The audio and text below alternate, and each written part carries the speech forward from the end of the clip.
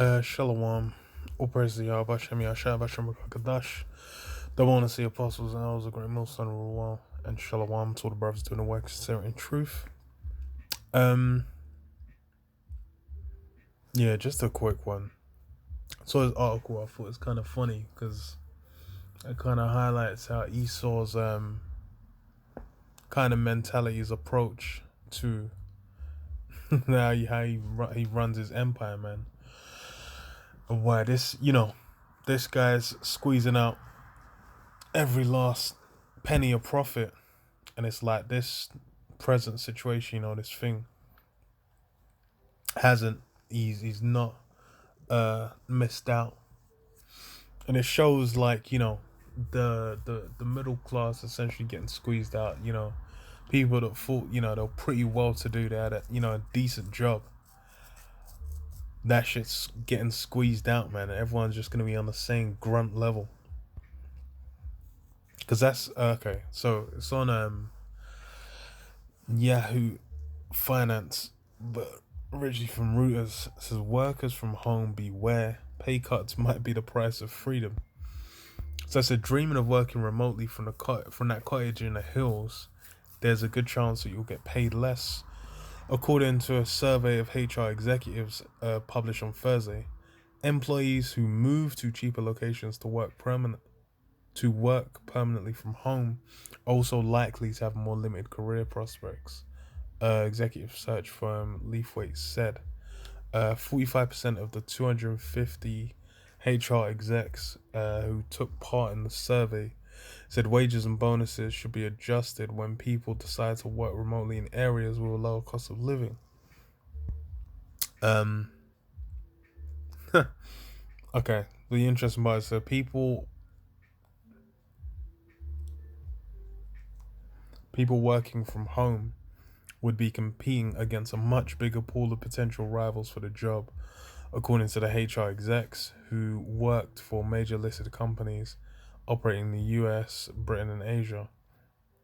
A characteristic of the modern workplace will be the increased use of more competitive, remote-based global talent pool. So yeah, it's like they're gonna do the similar kind of thing with like what a lot of the US companies did, a lot of the European countries do, where they'll kind of just the globalist kind of approach, where they'll just kind of farm out work to like the cheapest. Like a lot of it would just go to India and China, even like programming stuff, all these kinds of things like that just goes out over to them, and they do it for like pennies on the pound compared to how much people would be paying over here. And that's why you've had like, it's like there's very few fields in like IT where you'll kind of be able to do well. A lot of it is they can get a cheap, a lot of companies will go for like cheap Indian Chinese labor, and that's just that's basically just fucking over the people in these countries, man. And then that's how that whole middle class, that kind of capability to be like, okay, you get into a job, you work your way up, is gonna go out. Because said what? Expect to be paid less, so they're gonna be paying you closer to the rate of them men that do it for dirt cheap overseas. It says 2/3 of the execs surveyed also thought workers would spend between 2 and 3 days a week in the office, while only 8% predicted a return to 5 days a week.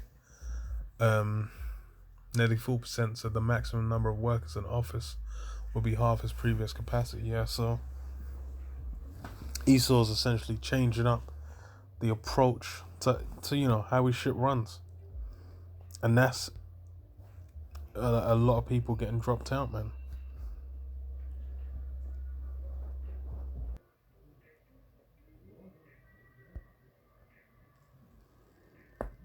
Oh,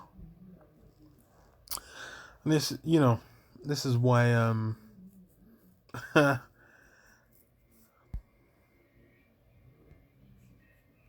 that well, okay, let me start on this then. So Habakkuk 2 and 4.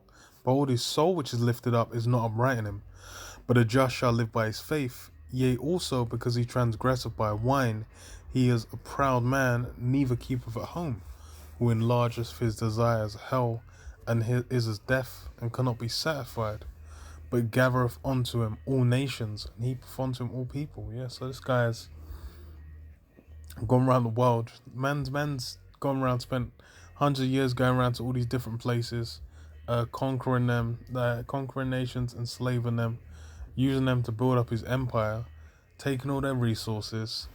Then he, builds up America off that. Then what? America, the Britain, Portugal, France, all these, Edomite countries that Esau took over. He colonized and took out the resources, and now he's left them in their, in their fucked up state. He's using them for that cheap labor. But this is, basically changing up the status quo, man. In the lead up to Esau's new world order, man. Because the way things are running now, Esau, you can see Esau's pushing that conglomerate, kind of big, companies that runs a bunch of areas, man. Because, like example, like Amazon, Apple, where it's just a big corporate chain, or McDonald's, that's able to maximize, profits and utilization. And it's like, and the thing is similar, like with, for example, internet providers in the US. If there's only one provider in an area, you ain't even got a choice, and then man can just give you shit service and not give a fuck. But this is Esau, man. It's the devil, man. Like I said, souls lifted up is not a brand. Okay. So Isaiah 14, verse 3.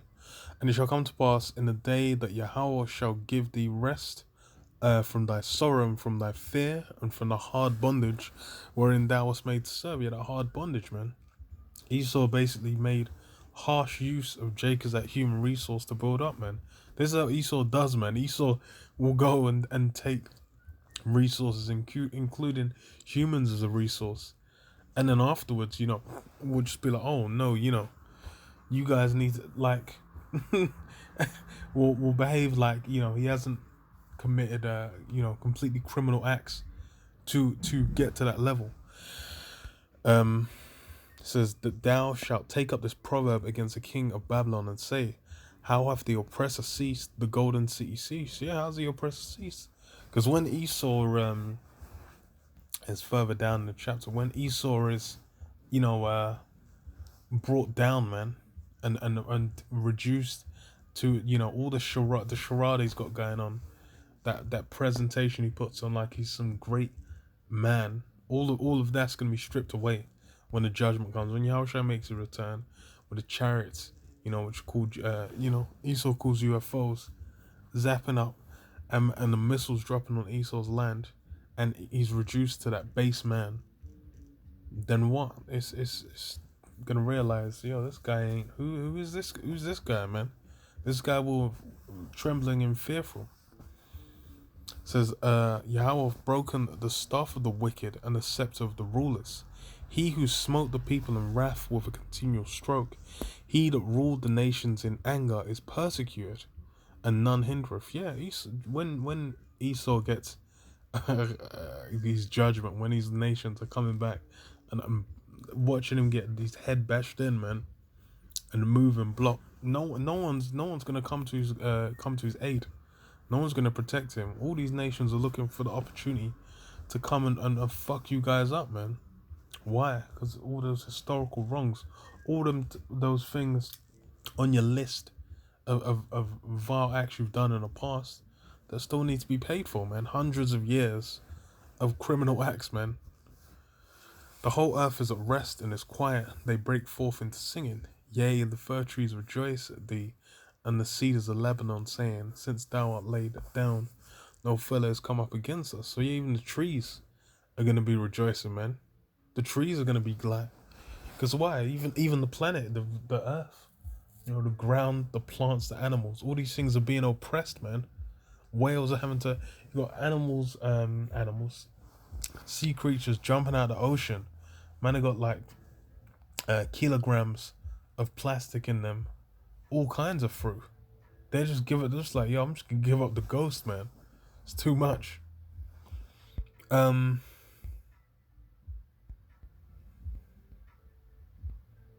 okay, skip down. Verse 16 says, "They that see thee shall narrowly look upon thee and consider thee, saying, Is this the man that made the earth to tremble, that did shake kingdoms, that made the world as a wilderness and destroyed the cities thereof, and that opened not the houses of his prisoners?